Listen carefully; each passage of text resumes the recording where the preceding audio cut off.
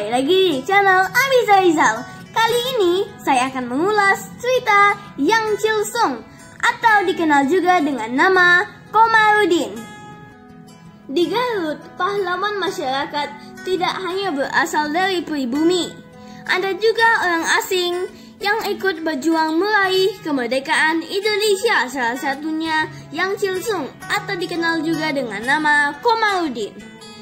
Yang Chilsung diketahui merupakan seorang pejuang kewarganegaraan Korea yang dimakamkan di Makam Pahlawan Tenjolaya, Kecamatan Tarogong Kidul, Kabupaten Garut.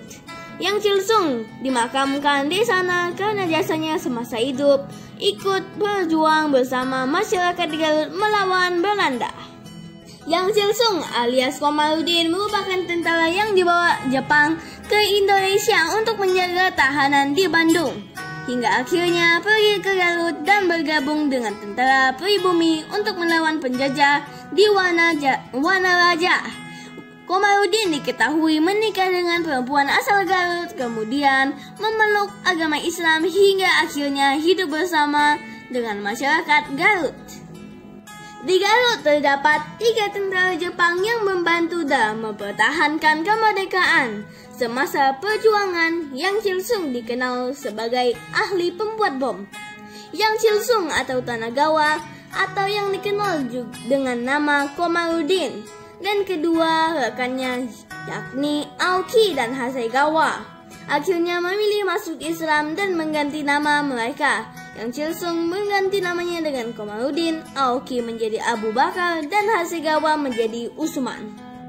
Ketiga tentara Jepang tersebut membelot dan bergabung dengan pasukan Pangeran Papak di Wanaraja. Abu Bakar dan Usman diketahui sebagai seorang ahli strategi dan berkat ketiganya perjuangan rakyat Garut terbantu. Salah satu kisah heroik dari ketiganya yakni saat mencegah kedatangan Belanda masuk ke Garut, di mana Abu Bakar dan Usman menyusun strategi untuk menutup jalan dan Yang Chilsung bertugas untuk meledakkan jembatan PTG atau kini dikenal sebagai jembatan Jalan Perintis Kemerdekaan yang jaraknya tak jauh dari lapangan Merdeka. Dengan kepiawaian, Komarudin membuat bom untuk merusak jembatan tersebut. Hasilnya tentara Belanda tidak bisa masuk ke Garut sehingga bisa dengan mudah dihalau pasukan Pangeran Papak. Belanda menyebarkan mata-mata mereka mengintai pasukan gerilya itu hingga Johanna, Komarudin, Abu Bakar dan Usman tertangkap. Komarudin saat itu masih berusia 30 tahun. Perjuangannya harus berakhir tragis karena persembunyiannya dibocorkan pengkhianat. Menjelang hukuman mati, seorang petugas sipil dari rumah penjara Garut menjemput Lebe atau penghulu.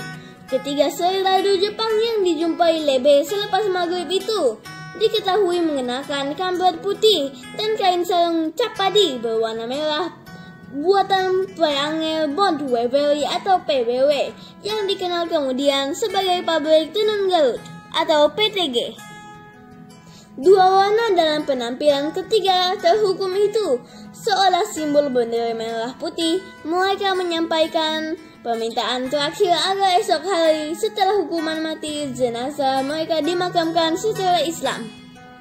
Sebenarnya ada 5 yang ditangkap oleh tentara Belanda, tetapi 3 orang ex-tentara Jepang langsung dieksekusi di depan hadapan warga Garut tepat pukul 6. Mereka bertiga dieksekusi di lapang Kirchhoff. Sedangkan 2 orang pribumi dibawa ke Bandung dan ditahan di sana. Pada saat Yang Chilsung ditembak mati, beliau memiliki seorang anak laki-laki yang baru berusia 1 tahun yang bernama Edi Jawan.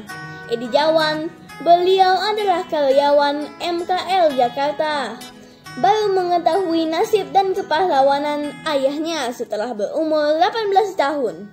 Kehormatan untuk kepahlawanan itu dikuatkan lagi dengan penggantian batu nisan yang disaksikan Edi Jawan, Choi Ge-wol, pemimpin Codeco Group, 20 anggota keluarga Yang Chilsung dari Korea, dan staf Kedutaan Besar Korea Selatan di Indonesia.